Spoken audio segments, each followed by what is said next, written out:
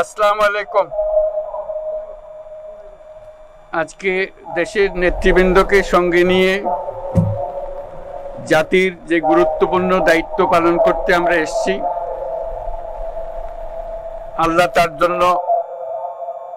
আমাদের জন্য রহমত বর্ষণ করছেন। আল্লাহর রহমত নিয়ে আমি এই ঘোষণাপত্র পাঠ করব। বিসমিল্লাহির রহমানির রহিম। যেহেতু উপনিবেশ বিরোধী লড়াইয়ের সুদীর্ঘকালের ধারাবাহিকতায় এই ভূখণ্ডের মানুষ দীর্ঘ 23 বছর পাকিস্তানের স্বৈরশাসকদের বঞ্চনা ও শোষণের বিরুদ্ধে রুখে দাঁড়িয়েছিল এবং নির্বিচার গণহত্যার বিরুদ্ধে গণপ্রতিরোধ গড়ে 1971 সালের 26শে মার্চ স্বাধীনতা ঘোষণা করে রক্তক্ষয়ী মুক্তিযুদ্ধের মাধ্যমে জাতীয় মুক্তির লক্ষ্যে বাংলাদেশ রাষ্ট্র প্রতিষ্ঠা করেছিল। এবং যেহেতু বাংলাদেশের আপামর জনগণ দীর্ঘ আন্দোলন সংগ্রামের মধ্য দিয়ে এই ভূখণ্ডে স্বাধীনতার ঘোষণাপত্রে বিবৃত সাম্য, মানবিক মর্যাদা, সামাজিক সুবিচারের ভিত্তিতে উদার গণতান্ত্রিক রাষ্ট্র বিনির্মাণের আকাঙ্ক্ষাকে বাস্তবায়নের জন্য সর্বোচ্চ ত্যাগ স্বীকার করেছে, এবং যেহেতু স্বাধীন বাংলাদেশের 1972 সালের সংবিধান প্রণয়ন পদ্ধতি এর কাঠামোগত দুর্বলতা ও অপপ্রয়োগের ফলে স্বাধীনতা পরবর্তী আওয়ামী লীগ সরকার মুক্তিযুদ্ধের জন আকাঙ্ক্ষা পূরণে ব্যর্থ হয়েছিল এবং গণতন্ত্র ও রাষ্ট্রীয় প্রতিষ্ঠানগুলোর কার্যকারিতা ক্ষুণ্ণ করেছিল, এবং যেহেতু স্বাধীনতা পরবর্তী আওয়ামী লীগ সরকার স্বাধীনতার মূল মন্ত্র গণতান্ত্রিক শাসন ব্যবস্থার বিপরীতে বাকশাল নামে সাংবিধানিকভাবে একদলীয় শাসন ব্যবস্থা কায়েম করে এবং মত প্রকাশ ও বিচার বিভাগের স্বাধীনতা হরণ করে, যার প্রতিক্রিয়ায় 1975 সালের 7ই নভেম্বর দেশের সিপাহী জনতার ঐক্যবদ্ধ বিপ্লব সংগঠিত হয় এবং পরবর্তী সময়ে একদলীয় বাকশাল পদ্ধতির পরিবর্তে বহুদলীয় গণতন্ত্র, মত প্রকাশ ও বিচার বিভাগের স্বাধীনতা পুনঃপ্রবর্তনের পথ সুগম হয়। এবং যেহেতু 80-র দশকে সামরিক স্বৈরশাসনের বিরুদ্ধে দীর্ঘ 9 বছর ছাত্র জনতার অবিরাম সংগ্রামের মধ্য দিয়ে 1990 সালে গণ অভ্যুত্থান সংগঠিত হয় এবং 91 সনে পুনরায় সংসদীয় গণতান্ত্রিক শাসন ব্যবস্থার প্রবর্তন করা হয়, এবং যেহেতু দেশি বিদেশি চক্রান্তে সরকার পরিবর্তনের গণতান্ত্রিক প্রক্রিয়া ব্যাহত হওয়ায় 1/11-র মতো ষড়যন্ত্রমূলক ব্যবস্থার মাধ্যমে বাংলাদেশে শেখ হাসিনার একচ্ছত্র ক্ষমতা, আধিপত্য এবং ফেসিবাদের পথ সুগম করা হয়। যেহেতু দীর্ঘ 16 বছরের ফেসিবাদী অগণতান্ত্রিক গণবিরোধী শাসন ব্যবস্থা কায়েমের লক্ষ্যে এবং একদলীয় রাষ্ট্র ব্যবস্থা প্রতিষ্ঠার অতি উগ্র বাসনা চরিতার্থ করার অভিপ্রায়ে সংবিধানে অবৈধ অগণতান্ত্রিক পরিবর্তন করা হয়, যার ফলে একদলীয় একচ্ছত্র ক্ষমতা ও আধিপত্য প্রতিষ্ঠার পথ সুগম হয়। এবং যেহেতু শেখ হাসিনার আওয়ামী লীগ সরকারের দুঃশাসন, গুম খুন, আইন বহির্ভূত হত্যাকাণ্ড, মত প্রকাশের স্বাধীনতা হরণ এবং একদলীয় স্বার্থে সংবিধান সংশোধন ও পরিবর্তন বাংলাদেশের সকল রাষ্ট্রীয় সাংবিধানিক প্রতিষ্ঠানসমূহকে ধ্বংস করে, এবং যেহেতু হাসিনা সরকারের আমলে তারই নেতৃত্বে একটি চরম গণবিরোধী, একতান্ত্রিক ও মানবাধিকার হরণকারী শক্তি বাংলাদেশকে একটি ফেসিবাদী, মাফিয়া এবং ব্যর্থ রাষ্ট্রের রূপ দিয়ে আন্তর্জাতিকভাবে বাংলাদেশের ভাবমূর্তি ক্ষুণ্ণ করে, এবং যেহেতু তথাকথিত উন্নয়নের নামে শেখ হাসিনার ফেসিবাদী নেতৃত্বে সীমাহীন দুর্নীতি, ব্যাংক লুট, অর্থ পাচার ও অর্থনৈতিক প্রতিষ্ঠানগুলিকে ধ্বংসের মধ্যে দিয়ে বিগত পতিত দুর্নীতিবাজ আওয়ামী লীগ সরকার বাংলাদেশ ও এর অমিত অর্থনৈতিক সম্ভাবনাকে বিপর্যস্ত করে তোলে এবং পরিবেশ, প্রাণ বৈচিত্র্য ও জলবায়ুকে বিপন্ন করে। এবং যেহেতু শেখ হাসিনার ফ্যাসিস্ট সরকারের বিরুদ্ধে রাজনৈতিক দল, ছাত্র শ্রমিক সংগঠন সহ সমাজের সর্বস্তরের জনগণ গত প্রায় 16 বছর যাবৎ নিরন্তর গণতান্ত্রিক সংগ্রাম করে জেল জুলুম, হামলা মামলা, গুম খুন ও বিচার বহির্ভূত হত্যাকাণ্ডের শিকার হয়। এবং যেহেতু বাংলাদেশে বিদেশি রাষ্ট্রের অন্যায় প্রভুত্ব, শোষণ ও খবরদারিত্বের বিরুদ্ধে এদেশের মানুষের ন্যায়সঙ্গত আন্দোলনকে বহিঃশক্তির তাবেদার আওয়ামী লীগ সরকার নিষ্ঠুর শক্তি প্রয়োগের মাধ্যমে দমন করে। এবং যেহেতু অবৈধভাবে ক্ষমতা অব্যাহত রাখতে আওয়ামী লীগ সরকার 3টি প্রহসনের নির্বাচনে এর জাতীয় সংসদ নির্বাচন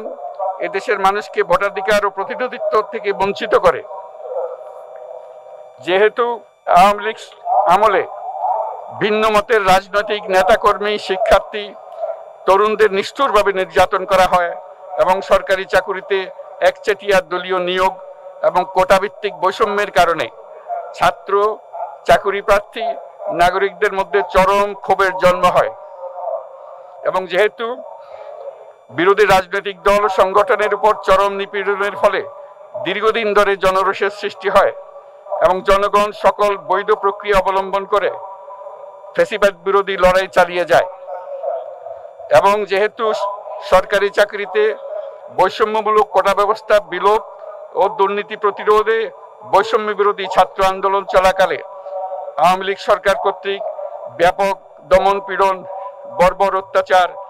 মানবতা বিরোধী হত্যাকাণ্ড চালানো হয়, যার ফলে সারা দেশে দলমত নির্বিশেষে ছাত্র জনতার উত্তাল গণবিক্ষোভ গণ অভ্যুত্থানের রূপ নেয়। এবং যেহেতু ফ্যাসিস্ট শক্তির বিরুদ্ধে অদম্য ছাত্র জনতার অভ্যুত্থানে রাজনৈতিক দল, ধর্মীয়, সামাজিক, সাংস্কৃতিক, পেশাজীবী, নারী ও শ্রমিক সংগঠন সমূহ সমাজের সকল স্তরের মানুষ যোগদান করে এবং আওয়ামী ফ্যাসিবাদী বাহিনী রাজপথে নারী, শিশু সহ প্রায় 1000 মানুষকে নির্বিচারে হত্যা করে, অগণিত মানুষ পঙ্গুত্ব, অন্ধত্ব বরণ করে। আন্দোলনের চূড়ান্ত পর্যায়ে সামরিক বাহিনীর সদস্যগণ জনগণের গণতান্ত্রিক লড়াইকে সমর্থন প্রদান করে। এবং যেহেতু অবৈধ শেখ হাসিনা সরকার পতন, ফ্যাসিবাদী ব্যবস্থার বিলোপ এবং নতুন রাজনৈতিক বন্দোবস্তের লক্ষ্যে বৈষম্য বিরোধী ছাত্র আন্দোলনের ডাকে জনগণ অসহযোগ আন্দোলন শুরু করে, পরবর্তী সময়ে 5ই আগস্ট ঢাকা অভিমুখে লং মার্চ পরিচালনা করে এবং ফ্যাসিবাদ বিরোধী আন্দোলনরত সকল রাজনৈতিক দল, ছাত্র জনতা তথা সর্বস্তরের সকল শ্রেণীর, পেশার, আপামর জনসাধারণ তীব্র আন্দোলনের চূড়ান্ত পর্যায়ে গণভবনমুখী জনতার উত্তাল যাত্রার মুখে ফ্যাসিস্ট হাসিনা 5ই আগস্ট 2024 তারিখে পদত্যাগ করে দেশ ছেড়ে পালিয়ে যেতে বাধ্য হয়।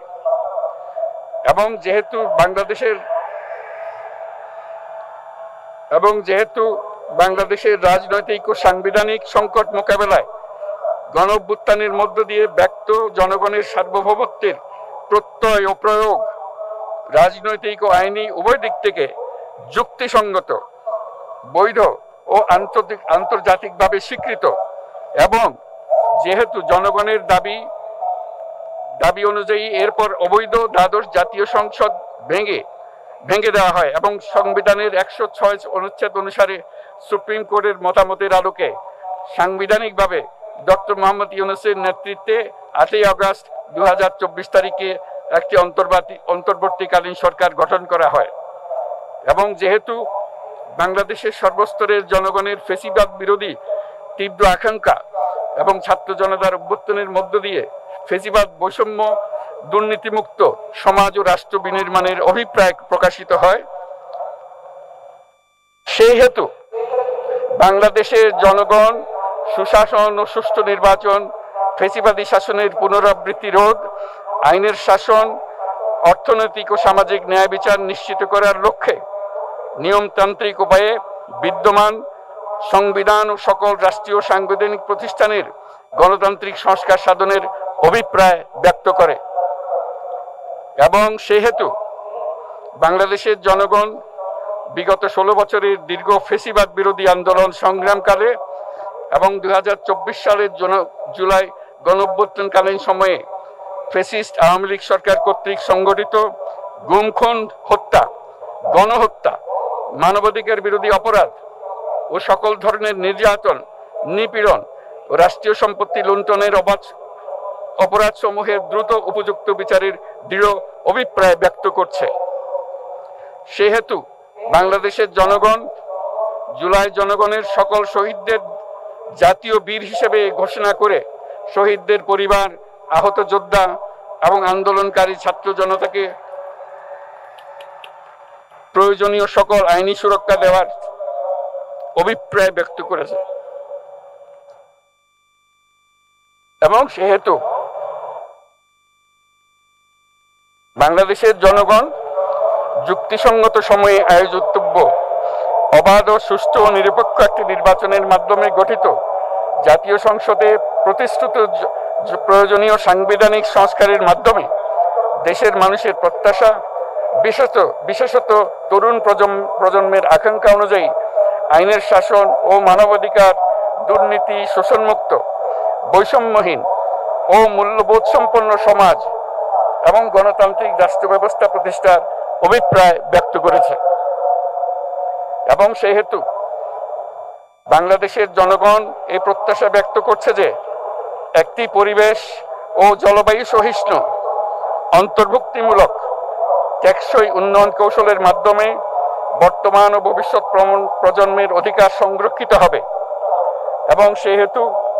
বাংলাদেশের জনগণ এই অভিপ্রায় ব্যক্ত করছে যে ছাত্র গণঅভ্যুত্থানের 2024-এর উপযুক্ত রাষ্ট্রীয় সাংবিধানিক স্বীকৃতি প্রদান করা হবে এবং পরবর্তী নির্বাচনে নির্বাচিত সরকারের সংস্কারকৃত সংবিধানের তফসিলে